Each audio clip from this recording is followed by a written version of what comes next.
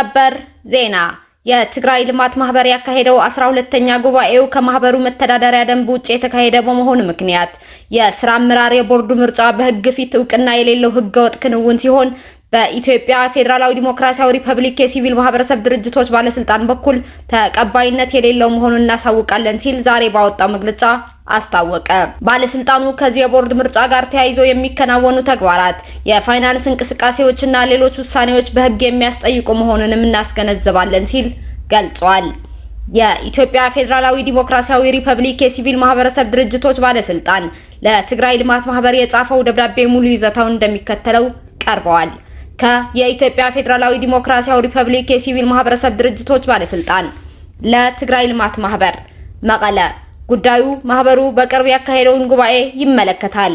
የትግራይ ልማት ማህበር ትልማ በሲቪል ማህበረሰብ ድርጅቶች አዋጅ ቁጥር 1113/2011 መሰረት በመዝገብ ቁጥር 0462 በተቋማችን የኢትዮጵያ ፌደራላዊ ዲሞክራሲያዊ ሪፐብሊክ የሲቪል ማህበረሰብ ድርጅቶች ባለስልጣን ተመዝግበው የሚንቀሳቀስ መሆኑ ይታወቃል። በዚሁ መሰረት ትግራይ ልማት ማህበር 12ኛ ጠቅላላ ጉባኤውን በመቀሌ ከተማ ከሚያዝያ 17 እስከ 19 2017 ዓ.ም እንደሚያካሂድ በመግለጽ ተቋማችን በጉባኤው ላይ እንዲገኝ ጥሪ ባቀረበው መሰረት የተቋማችን 2 ተወካዮች በጉባኤው ላይ መሳተፋቸው ይታወሳል።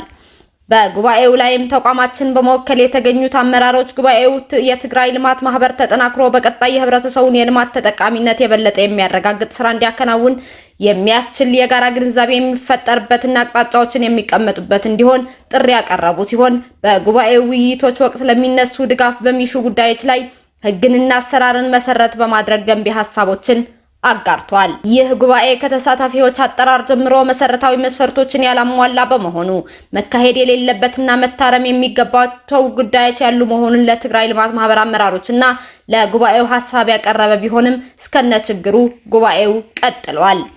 ባለስልጣን መስሪያ ቤታችንም ጉባኤውን መቀጠል የሁሉም ተሳታፊ የጋራ ሀሳብ መሆኑን እንዲሁም የእቅድ አፈጻጸም የሚገመገምበትና ቀጣይ እቅድ የሚጸድቅበት ከመሆኑ አኳያ እንዳይስተጓጎል በማሰብ ጉባኤው ሲቀጥል አስፈላጊውን ድጋፍ ለማድረግ በሚል ተሳትፎውን ቀጥሏል።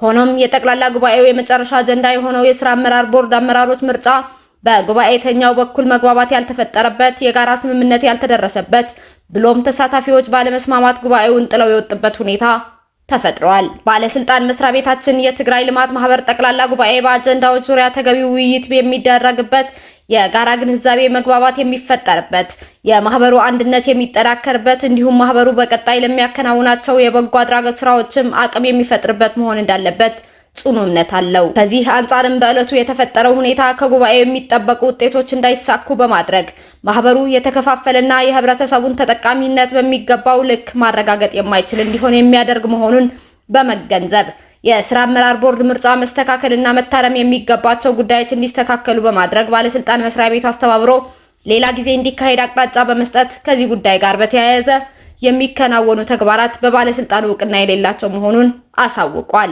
በመሰረቱ የበጎ አድራጎት ተቋማት ዓላማቸው ለህዝብ በጎ ስራ ለማከናወን ከመሆኑ አኳያ ስራዎች ተገምግመውና ቀጣይ አቅጣጫዎች ተቀምጠው የሚካሄድና በተባበረ ድምጽ ምርጫ የሚካሄድ መሆን የሚገባው ነው። ሆኖም የትግራይ ልማት ማህበር ጉባኤ የቦርድ ምርጫ ባልተለመደ መልኩ አባላት የተከፋፈሉበትና ለማህበሩ አደጋ የሚፈጥር ሆኖ መከናወኑ ግርታን የሚፈጥር ጉዳይ ነው። የትግራይ ልማት ማህበር 12ኛ ጠቅላላ ጉባኤ ከሲቪል ማህበረሰብ ድርጅቶች አዋጅ ቁጥር 1113/2011 እንዲሁም ሌሎች መመሪያዎችና የተቋሙ አሰራሮች ጋር በተጻረረ መልኩ ማህበሩ ከፖለቲካ ገለልተኛ መሆን ይኖርበታል የሚለውን መርህ በተቃረነ መልኩ የፖለቲካ ፓርቲ ተወካዮች ጥሪ ተደርጎላቸው በድምጽ ሰጪ ጉባኤተኛነት የተሳተፉበት መሆኑ 12ኛ ከቦርድ ምርጫ ጋር በተያያዘ የተካሄደው ክንውን ማህበሩን የሚከፋፍልና አንድ ለት ላይ አደጋ የሚፈጥር መሆኑና ማህበሩ የህብረተሰብን ተጠቃሚነት ማረጋገጥ የሚያስችል የበጎ አድራጎት ስራ መከናወን እንዳይችል የሚያደርግ መሆኑና ጉባኤው ከማህበሩ መተዳደሪያ ደንብ ውጪ የተካሄደ በመሆኑ ምክንያት በትግራይ ልማት ማህበር ጉባኤ የስራ አመራር ቦርድ ምርጫ በህግ ፊት እውቅና የሌለው ህገወጥ ክንውን ሲሆን በባለስልጣኑ በኩልም ተቀባይነት የሌለው መሆኑን እናሳውቃለን። ከዚህ የቦርድ ምርጫ ጋር ተያይዞ የሚከናወኑ ተግባራት፣ ፋይናንስ እንቅስቃሴዎችና ሌሎች ውሳኔዎች በህግ የሚያስጠይቁ መሆኑንም እናስገነዝባለን። በቀጣይ ባለስልጣኑ በቅርበት ድጋፍ በሚያደርግበት ሁኔታ ጉባኤ ተካሂዶ የቦርድ አባላት ምርጫ እስከሚካሄድ ድረስ አሁን ያሉ ነባር የቦርድ አመራሮች በባለስልጣኑ በኩል እውቅና ያላቸው ስለሆነ ማህበሩ የመምራትና የማስተዳደር ስራን እንዲያከናውኑ እናሳስባለን።